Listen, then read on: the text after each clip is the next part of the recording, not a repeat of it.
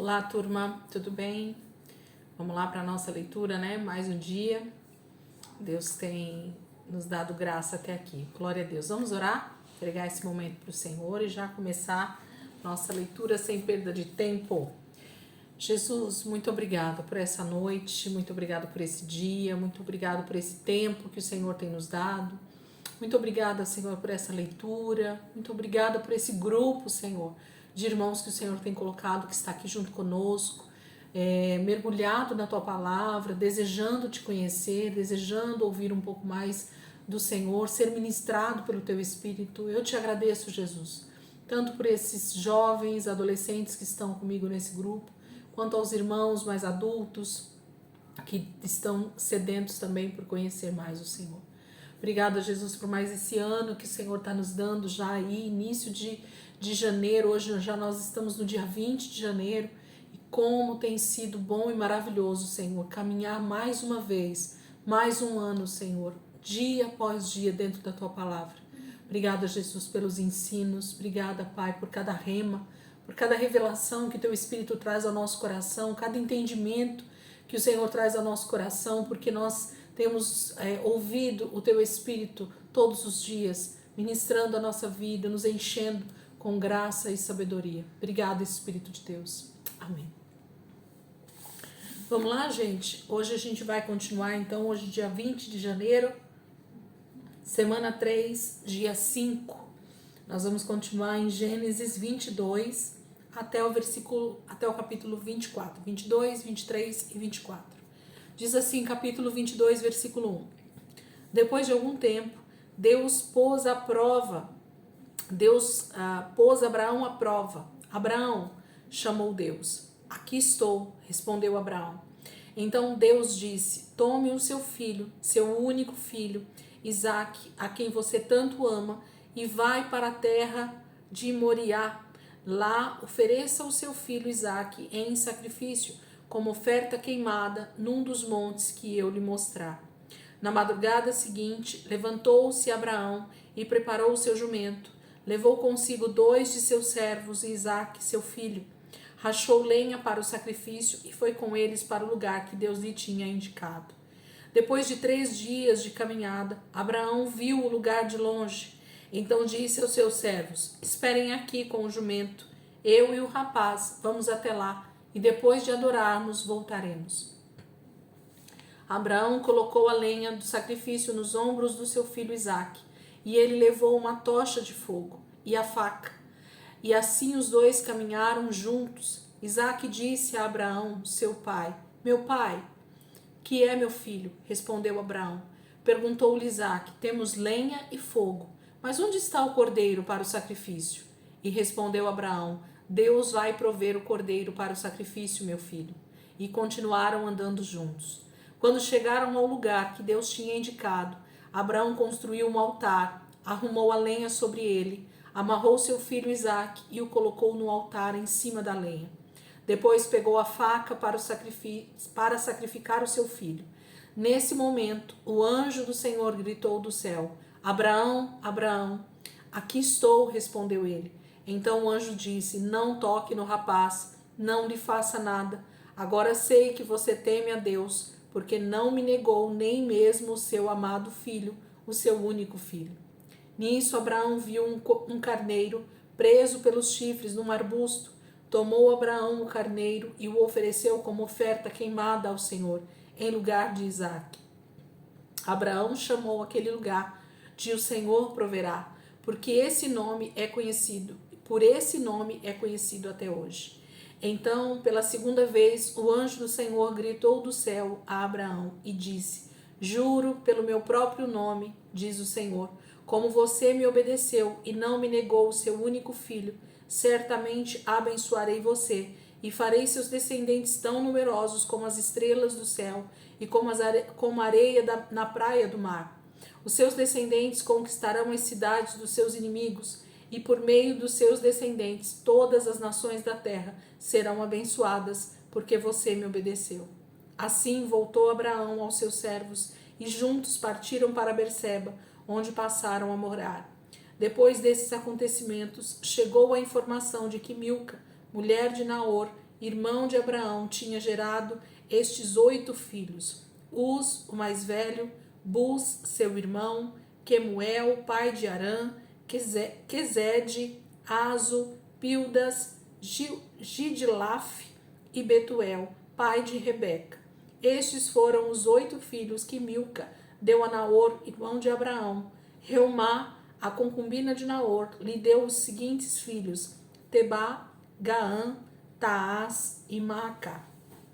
Capítulo 22 de Gênesis conta para nós talvez a história ou a situação mais comentada, mais falada, mais pregada, mais ensinada dentro da Bíblia Sagrada, dentro de Gênesis, né? Que é o sacrifício de Isaac por Abraão.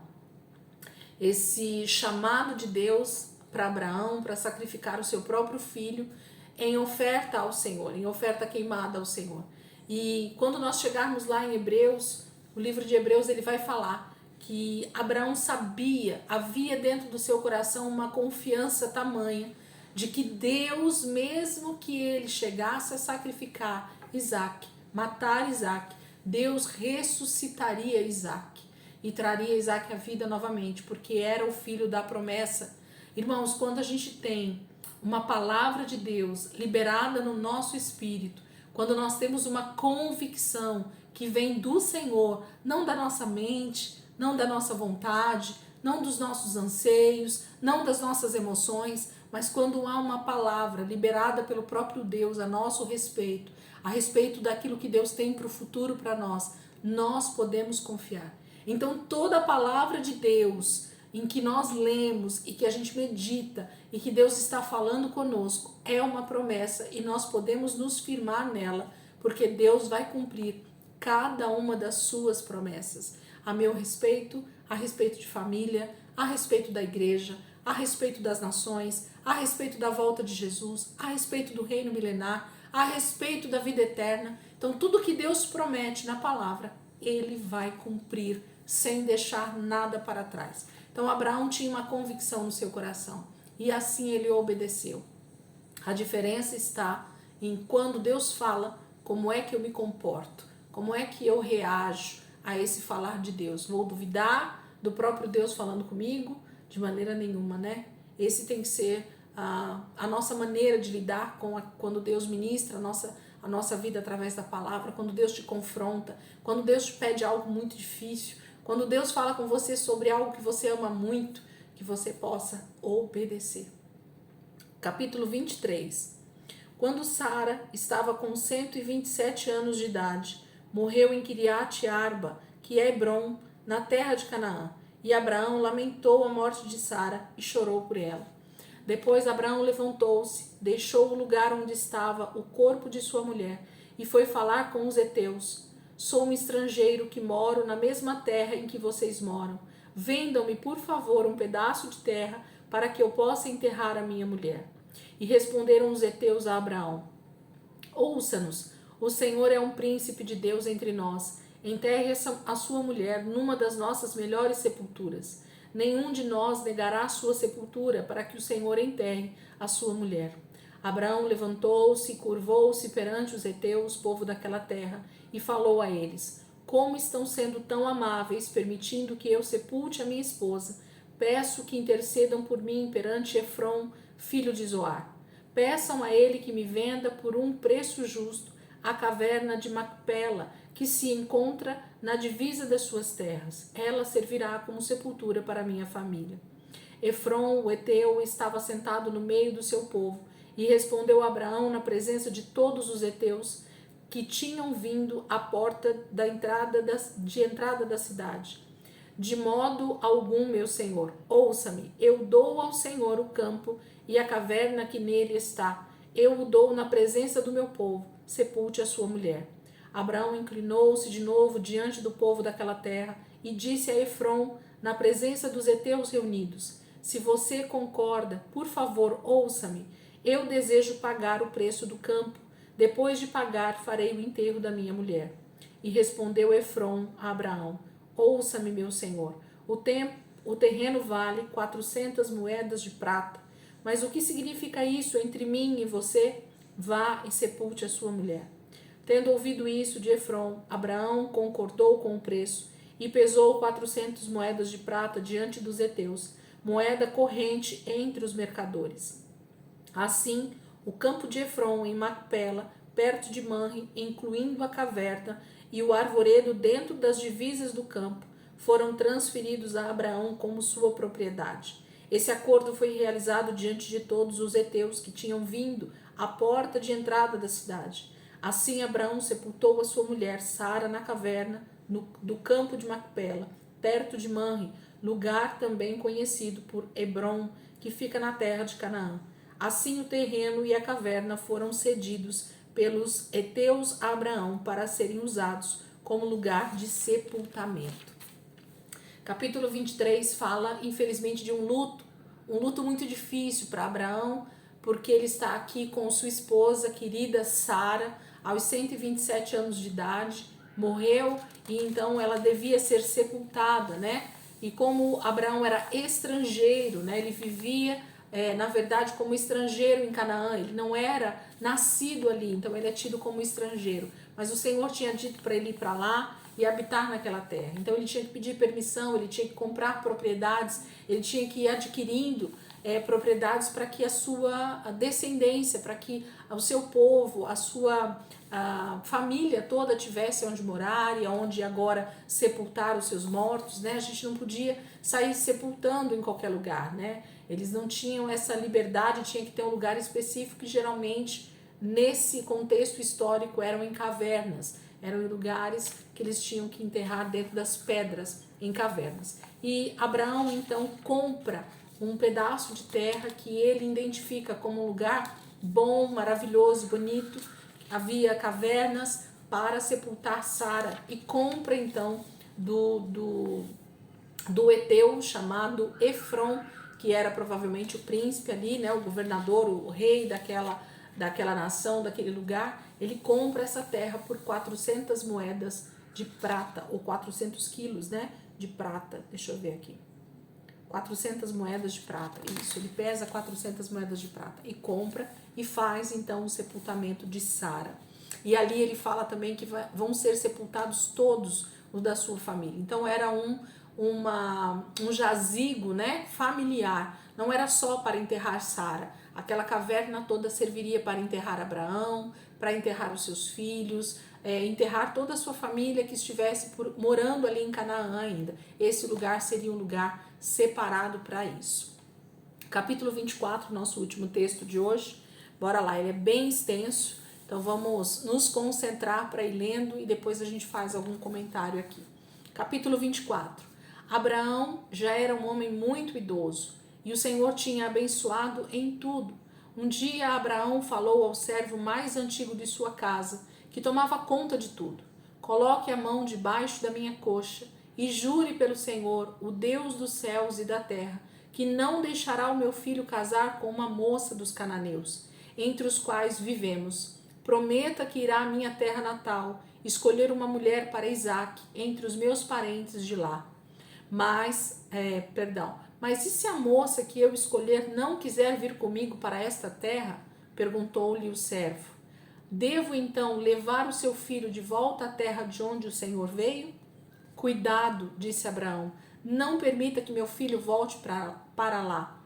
O Senhor, o Deus do céu, que me mandou sair da casa de meu pai e da minha terra natal, e jurou dar esta terra aos meus descendentes, enviará o seu anjo adiante de você. Ele providenciará que você encontre ali uma jovem para ser a mulher do meu filho. Se a mulher não quiser vir, você estará livre do seu juramento, mas não leve o meu filho para lá. Então o servo pôs a mão debaixo da coxa de Abraão, seu senhor, e jurou cumprir as ordens de Abraão. O servo escolheu 10 camelos de Abraão, levando consigo do que o seu senhor tinha de melhor, e viajou para a Mesopotâmia, para a cidade de Naor. Ao cair da tarde, quando as moças saem para tirar água, fez os camelos se ajoelharem próximo de um poço de água, e orou em silêncio. Ó Senhor, Deus do meu senhor Abraão, dá-me bom êxito neste dia e mostre bondade para com o meu senhor Abraão. O Senhor vê que estou perto desta fonte. As moças dessa cidade estão vindo tirar água. Vou pedir a uma delas, por favor, incline o seu cântaro para que eu beba água. E se ela responder, beba, também darei água aos seus camelos, que seja essa moça que o Senhor escolheu para o seu servo Isaque. Assim saberei que o Senhor foi bondoso para com o meu senhor. Antes de terminar a oração, chegou Rebeca, filho de Betuel, filho de Milca, mulher de Naor, irmão de Abraão, levando um cântaro no ombro. A moça era muito bonita e virgem, isto é, nenhum homem tinha tido relações com ela. Ela desceu à fonte, encheu o cântaro de água e subiu. O servo de Abraão foi ao encontro dela e disse: dê-me um pouco de água do seu cântaro para beber. Pois não, senhor, disse ela, e tirou imediatamente o cântaro do ombro e lhe deu de beber. Depois de lhe dar de beber, disse: vou tirar água para os seus camelos também, até ficarem satisfeitos. Ela prontamente despejou a água do cântaro no bebedouro e correu de volta ao poço para tirar mais água. E repetiu isso até que todos os camelos tivessem saciado sua sede. Enquanto isso, o homem observava em silêncio, atentamente, para saber se o Senhor já tinha coroado de êxito a sua missão ou não. Quando os camelos acabaram de beber, o homem lhe deu uma argola de ouro de 6 gramas e 2 pulseiras de ouro, pesando cerca de 120 gramas, e perguntou: quem é seu pai? Será que há lugar na casa de seu pai para receber a mim e aos que me acompanham? E ela respondeu: sou filha de Betuel, filho de Milca, filho que Milca deu a Naor. E acrescentou: temos palha e muito pasto para os animais, e lugar para os hóspedes passarem a noite. Então o homem se curvou e adorou ao Senhor, dizendo: bendito seja o Senhor, o Deus do meu senhor Abraão, pois não me negou a sua bondade e a sua fidelidade ao meu senhor. Quanto a mim, o Senhor guiou-me à casa dos parentes do meu senhor. A jovem correu para casa e contou à família da sua mãe tudo o que tinha acontecido. Rebeca tinha um irmão chamado Labão. Ele saiu apressado à fonte onde estava o homem, pois tinha visto a argola e as pulseiras nos braços de sua irmã e tinha ouvido de Rebeca o que o homem lhe tinha contado. Labão foi encontrá-lo em pé, junto à fonte, ao lado dos camelos. E disse Labão: venha comigo, abençoado do Senhor. Por que ficar aí fora? Temos alojamento para você e seus homens, e um lugar para os camelos. Então o homem foi com ele para casa. Lá descarregaram os camelos e lhe deram forragem e pasto, e água ao homem e aos ajudantes dele, para lavarem os pés. Quando serviram a comida, o homem disse: não posso comer enquanto não disser o propósito da minha vinda, disse Labão. Não posso comer enquanto não disser o propósito da minha vinda. E disse Labão: está certo, conte o motivo da sua viagem. Então ele disse: sou servo de Abraão. O Senhor tem abençoado muito ao meu senhor, e ele se tornou um grande homem. Deus deu a ele ovelhas e boi, prata e ouro, servos e servas, camelos e jumentos. Sara, a mulher do meu senhor, era muito idosa quando deu um filho a ele, que é o herdeiro de tudo que ele possui. E meu senhor me fez jurar, dizendo: jure pelo Senhor, o Deus do céu e da terra, que não deixará o meu filho casar com uma moça dos cananeus, entre os quais vivemos. Mas você irá à casa de meu pai e da minha família procurar uma esposa para o meu filho. Então perguntei ao meu senhor: e se a moça não quiser vir comigo? E ele respondeu: o Senhor, em cuja presença tenho andado, enviará um anjo com você, e você terá sucesso na sua missão, para que você encontre uma esposa para Isaque, entre os meus parentes da família do meu pai. Quando chegar até a minha família, você estará livre do juramento se eles se negarem a entregá-la a você. Hoje, quando cheguei à fonte, orei ao Senhor: ó Senhor, Deus do meu senhor Abraão, dê-me bom êxito nesta missão. Aqui estou perto da fonte. Se uma jovem vier tirar água e eu lhe disser: por favor, dê-me um pouco de água do seu cântaro, e se ela me responder: beba, também darei água aos seus camelos. Seja essa a moça que o Senhor escolheu para o filho do meu senhor. Enquanto eu estava orando no meu íntimo, Chegou Rebeca com seu cântaro no ombro. Ela desceu à fonte, tirou água e lhe disse, por favor. Ela desceu à fonte e tirou água. E eu lhe disse, por favor, dê-me um pouco de água para beber. Ela imediatamente tirou o cântaro do seu ombro e disse, beba. Também darei água aos seus camelos. Eu bebi e ela deu água de beber aos meus camelos. Então perguntei a ela, quem é seu pai? E ela me respondeu, sou filha de Betuel, filho de Naor e de Milca. Então coloquei a argola em seu nariz e as pulseiras em seus braços e me inclinei, adorei e bendisse ao Senhor, o Deus do meu senhor Abraão, que me guiou na direção certa para levar para o filho do meu senhor uma parenta do seu irmão. Agora digam-me se mostrarão fidelidade e bondade ao meu senhor, e se não, digam-me também para que eu saiba o que fazer e para onde ir. Então responderam Labão e Betuel, sem dúvida foi o Senhor quem conduziu você até aqui. Sendo assim, nada podemos dizer nem a favor nem contra. Aqui está Rebeca, pode levá-la, que ela se torne a esposa do filho do seu senhor, conforme disse o Senhor. Ouvindo essas palavras, o servo de Abraão prostrou-se no chão diante do Senhor. Depois deu joias de ouro e de prata e vestidos a Rebeca. Deu também ricos presentes ao seu irmão e à sua mãe. Então ele e os seus ajudantes comeram e beberam e passaram a noite ali. Ao se levantarem bem cedo na manhã seguinte, o servo de Abraão disse, deixem-me voltar ao meu senhor. Mas o irmão e a mãe da moça disseram, queremos que ela fique mais uns 10 dias conosco, depois ela irá com você. Mas o homem insistiu, não me detenha, por favor. O Senhor permitiu que eu tivesse sucesso na minha missão. Deixem que eu volte ao meu senhor. Então lhe disseram, vamos chamar a moça e ver o que ela tem a dizer. Chamaram Rebeca e perguntaram a ela, você deseja ir com este homem? E ela respondeu, sim, eu vou com ele. Despediram-se então de sua irmã Rebeca, de sua ama, do servo de Abraão e dos seus ajudantes. Abençoaram a Rebeca dizendo, que você, nossa irmã, seja mãe de milhões e que os seus descendentes conquistem a cidade dos seus inimigos. Então Rebeca e suas servas se aprontaram, montaram nos camelos e foram embora com o servo de Abraão.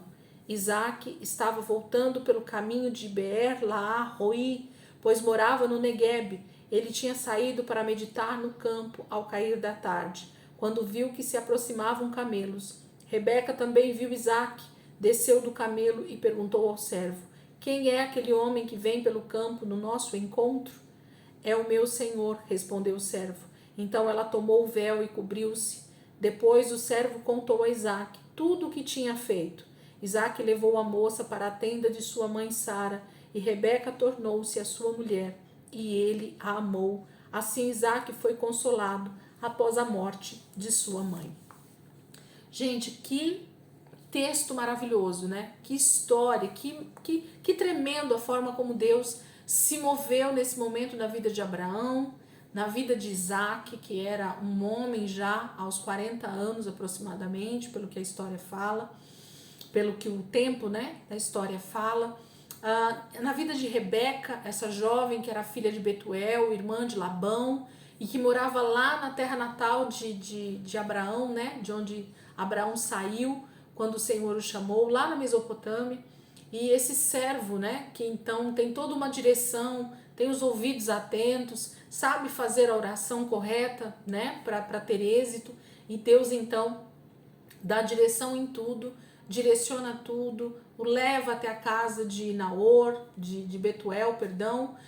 Ele encontra Rebeca e Rebeca prontamente obedece a esse chamado para ser a esposa de Isaque, a qual Abraão havia pedido para esse servo buscar. Que história maravilhosa, que decisão, né, de Abraão em encontrar agora, já que Isaque era órfão agora de mãe, né? Sara tinha morrido já há algum tempo e provavelmente fazia falta agora essa figura feminina na vida de Isaque, a mãe, né, que durante todos esses 40 anos cuidou, ensinou, zelou por Isaque, ensinou tudo o que ele precisava saber como homem, e agora ele estava pronto para formar a sua família.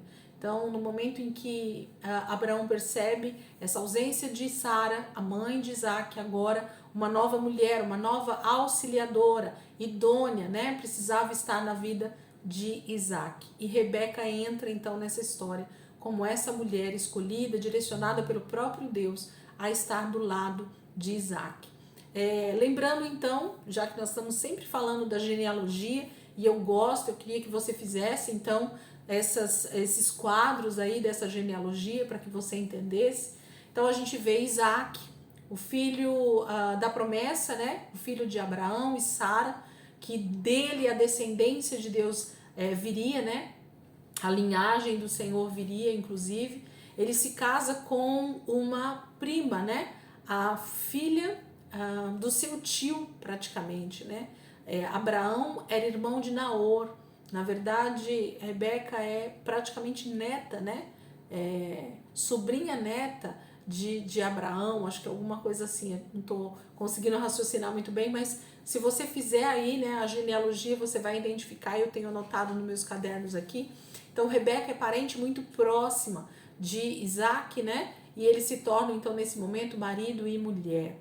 Percebam que os últimos versículos do capítulo 24 falam algo muito impressionante para nós. Quando Rebeca chega dessa viagem com o servo de Abraão, a palavra de Deus diz que Isaac, versículo 66, depois o servo contou a Isaac tudo o que tinha feito. Então Isaac fica sabendo de todo esse benefício de Deus, de como Deus levou o servo diretamente a Rebeca, como ele teve, né, a bênção dos pais de Rebeca, como Rebeca também recebe isso de bom grado, né, esse casamento, e vem obedecendo prontamente para se casar com Isaac. Quando Isaac sabe de toda essa história, a palavra de Deus diz 67, capítulo 24, versículo 67. Isaac levou a moça para a tenda de sua mãe Sara, e Rebeca tornou-se a sua mulher, e ele a amou. Assim Isaac foi consolado após a morte de sua mãe. O texto diz que o casamento, gente, nesse tempo, nessa cultura aqui, ele era consumado justamente com o homem quando ele se deita com a mulher, quando ele tem relações sexuais com ela. Então, nesse momento, não houve um casamento segundo o nosso padrão. Então, o padrão de casamento para esse tempo, para esse momento da história, era justamente um homem que encontra uma mulher, que entendem que há uma direção do próprio Deus a respeito daquele relacionamento. E aqui nós não estamos falando em buscar direção para casamento, orar a Deus para saber quem vai ser a minha noiva. Isso não é bíblico, ok? Aqui havia uma direção de Abraão para o seu servo, somente ir para a terra que ele havia, de onde ele tinha saído. Ele queria uma parente próxima. Ele não queria que Isaac se casasse com alguém que não fosse da sua linhagem, que não fosse de uma linhagem do chamado de Deus para a vida dele. Abraão não queria que Isaac se relacionasse com as cananeias, com pessoas que eram totalmente contrárias à vontade de Deus. Está se falando disso. Então qualquer moça, qualquer jovem que o Senhor direcionasse, que viesse da família de Abraão e se encontrasse então com Isaac, essa seria a sua esposa. Então não tem a ver com Deus falar essa ou aquela, tem a ver com o propósito dessa união. Qual é o propósito da união? Abraão queria que Isaac se casasse com uma mulher que fosse da mesma linhagem, que fosse do mesmo parentesco, para que eles tivessem uma mesma linguagem, para que eles estivessem no mesmo propósito, no chamado de Deus para a linhagem de Noé, na verdade, né? Quando a gente olha para a genealogia, Deus deseja fazer a linhagem a partir de Noé e mais precisamente de Sem, do primeiro filho de Noé.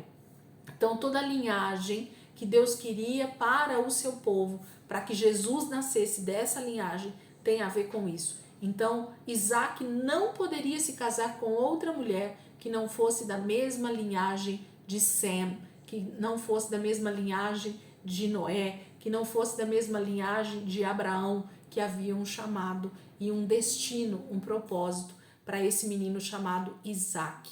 Então é por isso, somente por isso. E essa questão do casamento aqui, eu queria que vocês prestassem atenção nisso, porque a relação sexual, ir, né, se deitar um com o outro, dormir um com o outro, consumar o ato sexual, já era o próprio casamento, ok? Eles já tinham um para com o outro, como marido e mulher. Então Deus entende casamento como algo que traz intimidade, que traz relacionamento íntimo.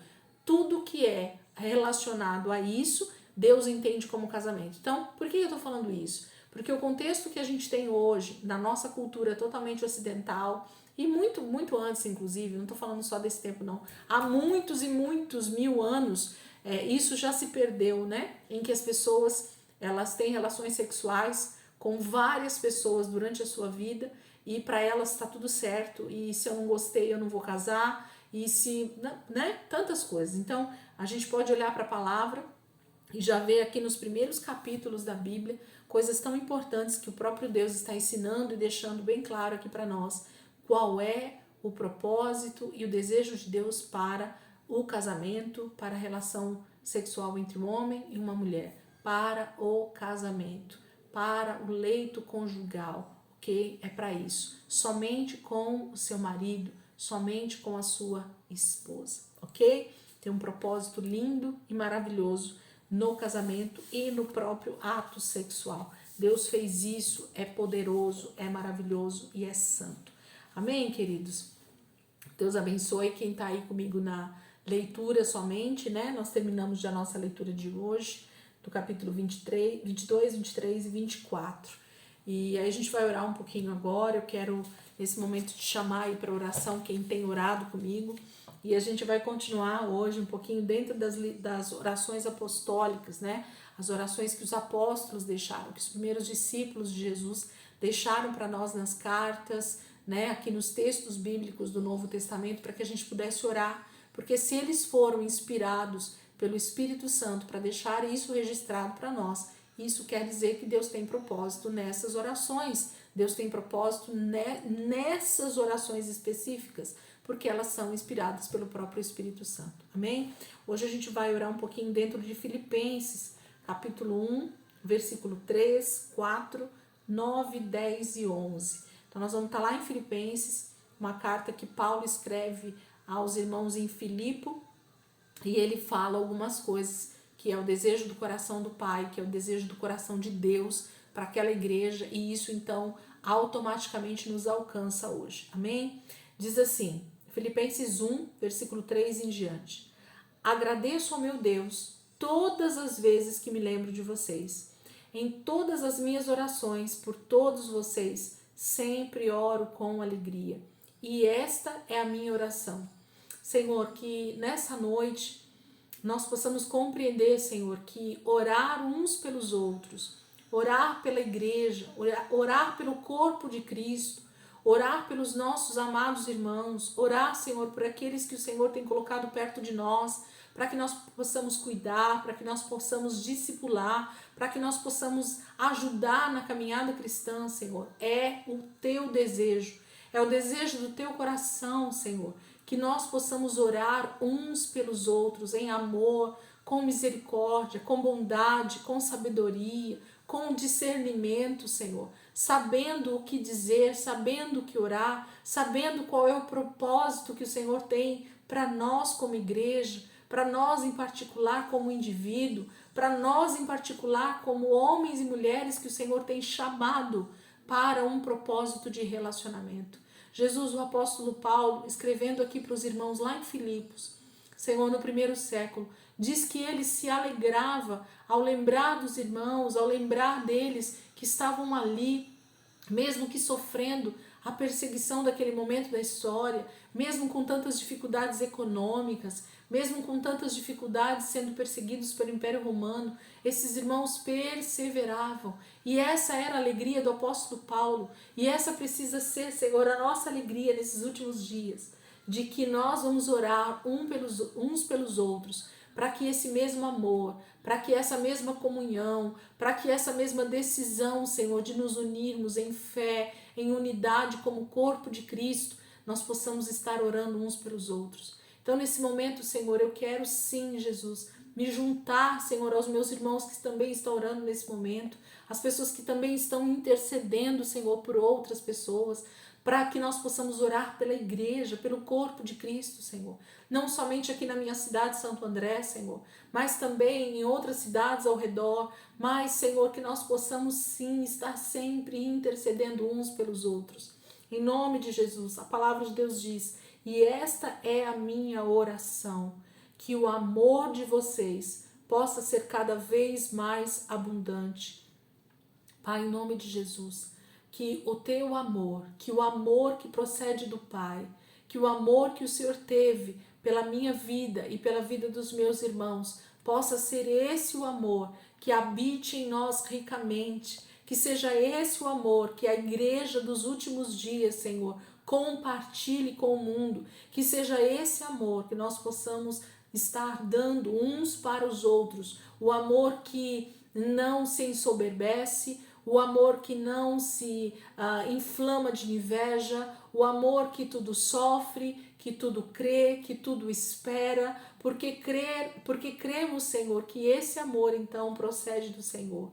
Quando nós amamos ao Senhor e quando nós amamos então o nosso próximo, que é a tua imagem e a tua semelhança, Jesus, nós estamos então cumprindo a tua comissão, nós estamos cumprindo o propósito do Senhor para o corpo de Cristo, nós estamos cumprindo o teu propósito, Jesus, para com a humanidade, porque nós entendemos que somente através do amor que procede do Senhor, as pessoas te verão, as pessoas saberão quem o Senhor é, as pessoas saberão, Senhor, que o Senhor enviou Jesus para então morrer em favor delas, e elas serão alcançadas, e elas darão ouvido ao Evangelho, essa boa notícia, Jesus. Nos faz, Senhor, amar como o Senhor amou, como o Senhor ama cada um aqui nessa terra, Senhor, e é por nós, pelo corpo de Cristo e por aqueles que ainda estão perdidos, que o Senhor deseja que nós tenhamos abundância desse amor que procede do Senhor. Não somente um amor superficial, não somente um amor da boca para fora, Senhor, mas um amor que em atitudes, em, Senhor, maneiras de se comportar, demonstra isso, com atos de justiça, com sabedoria nas palavras, com um bom comportamento diante da sociedade, Senhor, com boas práticas entre nós, o corpo de Cristo. Senhor, nós temos visto que o amor de muitos tem se esfriado e nós não vamos permitir, Senhor, mas nós vamos interceder que o teu amor, Senhor, que o amor do Senhor possa ser cada vez mais abundante. Senhor, nós queremos cada dia mais interceder por esse amor que venha, Senhor, transbordar em nós, que venha ser abundante em nós, Senhor, que cada dia o Senhor possa nos trazer ainda mais convicção, Senhor, e entendimento do que é o verdadeiro amor que procede do Senhor. Pai, o amor de 1 Coríntios que Paulo diz, né?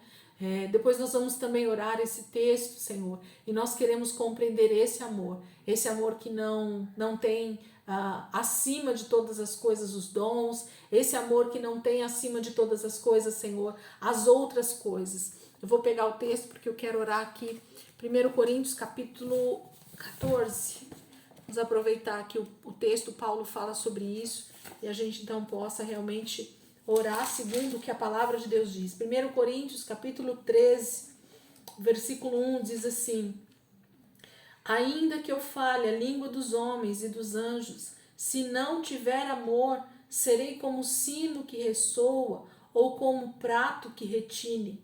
Senhor, se eu tiver todos os dons, Senhor, se eu tiver, Senhor, a língua dos homens e dos anjos, Senhor, se houver muita sabedoria, muito conhecimento em mim, Senhor, se houver, Senhor, também os dons espirituais, se a língua dos anjos for algo que eu possa falar com fluência, que eu tenha então esses dons fluindo em mim, se eu não tiver amor, Senhor.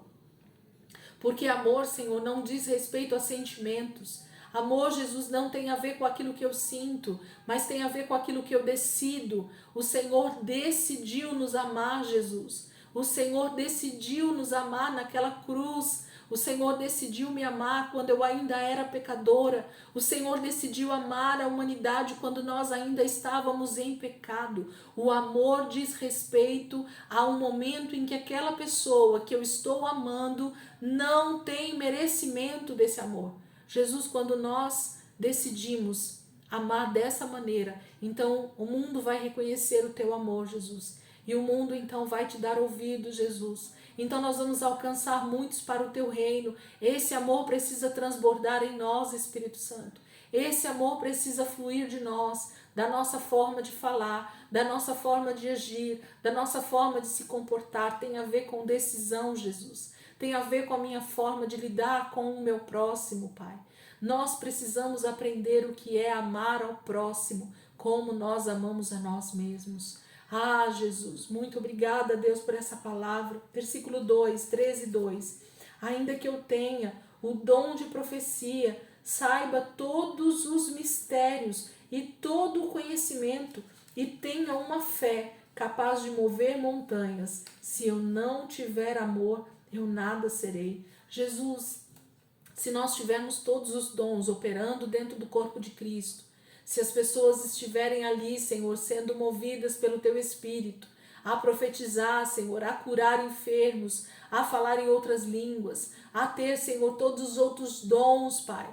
Mas se ainda assim o amor não for a nossa decisão, nós teremos ainda assim uma igreja como nós temos visto hoje, Senhor, no século 21, uma igreja dividida, uma igreja, Senhor, sem unidade, uma igreja que não se entende, uma igreja que briga por teologias, uma igreja que briga por dogmas religiosos, uma igreja que briga por divisões de membros, uma igreja que briga, Senhor, por simples doutrinas humanas, que nada tem a ver com a Tua palavra. Se não tiver amor, Senhor, nada seremos. Se nós não compreendemos esse amor, Jesus, que aceita o próximo como ele está e vai então cuidando e vai então zelando até que o Senhor transforme e vai ensinando até que o Senhor mude a mentalidade, Senhor, nós nada seremos como igreja, como corpo. Paulo entendeu isso, Jesus, e nós queremos compreender isso no nosso espírito,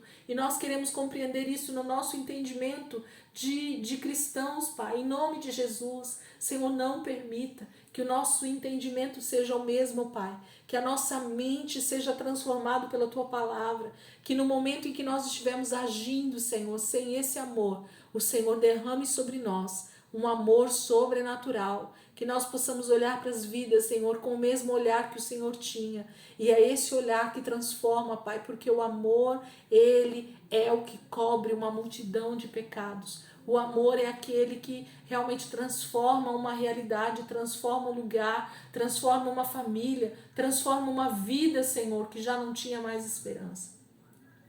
Capítulo 3. Ainda que eu dê aos pobres tudo o que eu possuo e entregue o meu corpo para ser queimado, se não tiver amor, nada disso me valerá. Senhor, se os nossos interesses, se a nossa maneira de viver for pautada, Senhor, em elogios, for pautada, Senhor, em querermos ser vistos, ter likes nas redes sociais, ser bem visto na sociedade, Senhor. Se nós desejamos os elogios que as pessoas podem nos dar, então, Senhor, nada disso vai nos adiantar. Se todo o nosso esforço, se todas as nossas atitudes não procederem desse amor abundante em nós, pelas vidas que estão ali diante de nós, então, Senhor, só vai ser mais uma maneira de viver como todos os pagãos, como todas as pessoas que não te conhecem. Nós não queremos, Pai,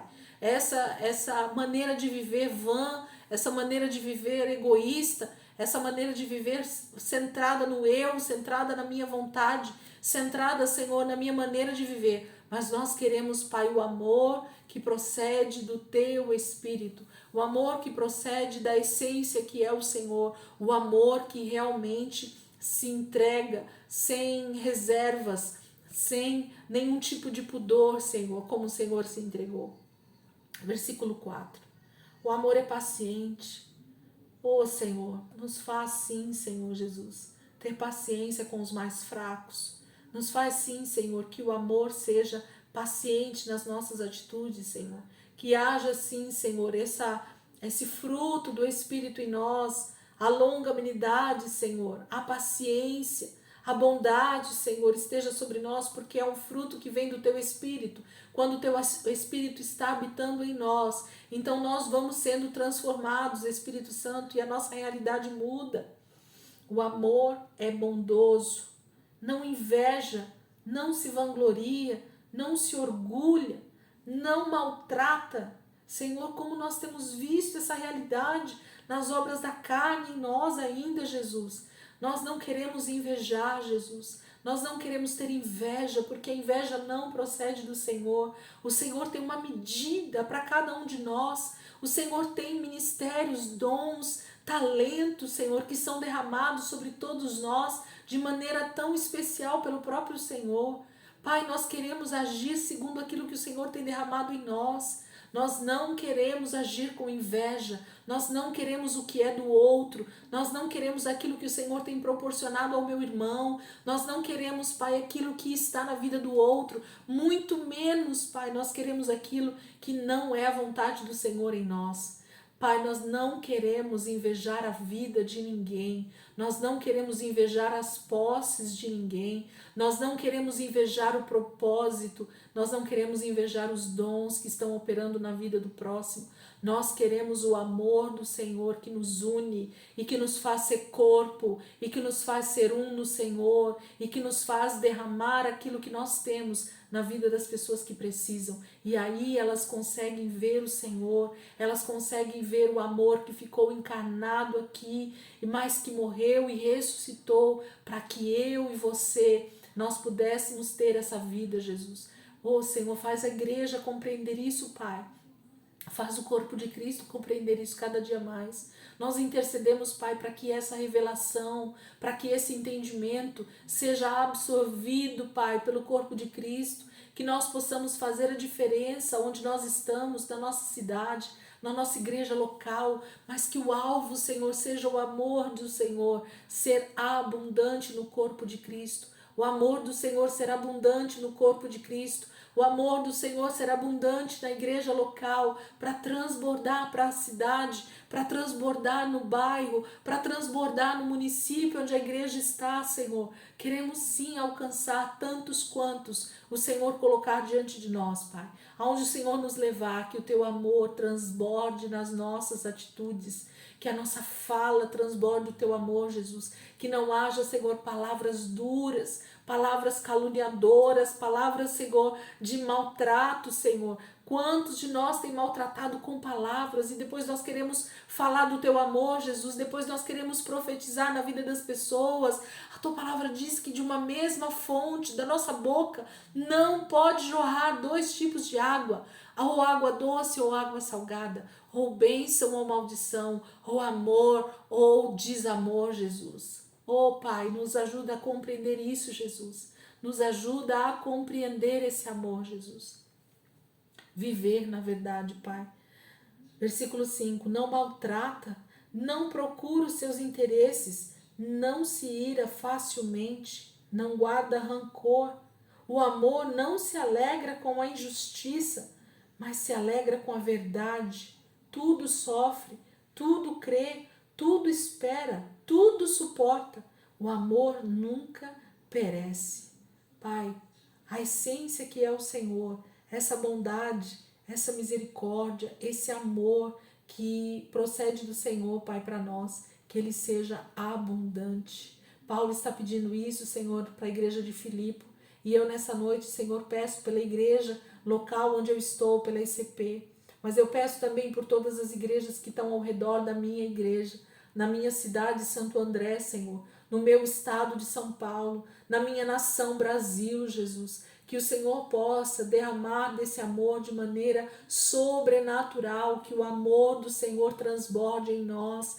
E aí nós não vamos precisar ficar orando contra principados e potestades. Nós não precisaremos ficar lutando contra os nossos inimigos espirituais, mas nós vamos precisar simplesmente demonstrar através de atitudes, demonstrar através das nossas palavras o amor do Senhor pelas vidas, Jesus. Nós não queremos, Senhor, perder tempo com todo tipo de atitude que não procede do Teu Espírito, mas que todo o fruto do Espírito Santo transborde na nossa vida, principalmente o amor que procede do Senhor, Pai, em nome de Jesus. E Paulo continua dizendo, lá em Filipenses, que o amor de vocês possa ser cada vez mais abundante em conhecimento e profundidade de revelação, a fim de que vocês possam discernir o que é melhor e que sejam puros e irrepreensíveis até o dia de Cristo, cheios do fruto da justiça que vem por meio de Jesus Cristo, para a glória e louvor de Deus. Pai, que a nossa atitude seja realmente em discernir o que é melhor. Nós não venhamos a agir, Senhor, segundo nossos próprios interesses. O amor não procura os seus próprios interesses, mas procura discernir o que é melhor e que nós sejamos então puros e irrepreensíveis até Jesus voltar. Pai, nós queremos estar puros e irrepreensíveis até a tua volta. Nós queremos estar, Senhor, buscando essa santificação, buscando, Senhor, essa santidade para a nossa vida, para que nós, como igreja, como corpo de Cristo, sejamos encontrados puros e irrepreensíveis. Uma noiva muito bem adornada, com suas vestes brancas, lavada, Senhor, não por uma lavanderia muito especializada, mas lavadas através, Senhor, do teu amor, lavadas através das nossas atitudes, de atos de justiça, de obediência à tua palavra, diante de uma sociedade corrompida, diante de um mundo corrompido, Senhor, diante de toda a impiedade. Nós queremos ser o próprio amor encarnado através do corpo de Cristo, Senhor. Oh, Jesus, nos ajuda. Cada vida, Senhor, que chegar perto de nós, seja tocada pelas tuas mãos, seja tocada pela tua bondade, seja tocada, Senhor, pela tua misericórdia, seja tocada pela salvação que procede do Senhor. Elas escutem, Senhor, o seu chamado através das nossas vidas. Que a minha palavra, Senhor, tenha um amor sendo, Senhor, derramado sobre as vidas que se colocarem perto de nós, as pessoas que estiverem perto de nós. Nós não queremos perder a oportunidade, Senhor, de amar. Nós não queremos perder a oportunidade de amar as pessoas que estão próximas de nós. Então nos ajuda a ser menos egoístas, Pai, a ser menos impacientes, a ser menos, Pai, pessoas que maltratam, que falam palavras duras, mas que sejamos pessoas que realmente tenham o amor e a bondade do Senhor em cada atitude, em cada palavra, em cada pensamento. Que os nossos pensamentos sejam purificados pela tua palavra, Senhor. Sejam transformados pela verdade da tua palavra, Deus. Muito obrigada, Jesus, por essa noite. Muito obrigada por esse dia, Senhor. Muito obrigada por esse momento com o Senhor. Muito obrigada pela tua palavra, Deus, pela verdade que está sendo ministrada no nosso espírito nessa leitura, Pai. Muito obrigada, Deus. Muito obrigada, Espírito Santo. Amém. Amém, queridos. Deus abençoe a vida de vocês. Que vocês possam ter aí um dia abençoado. E se Deus quiser, amanhã a gente está aqui de volta para a honra e glória do Senhor. Amém? Deus abençoe.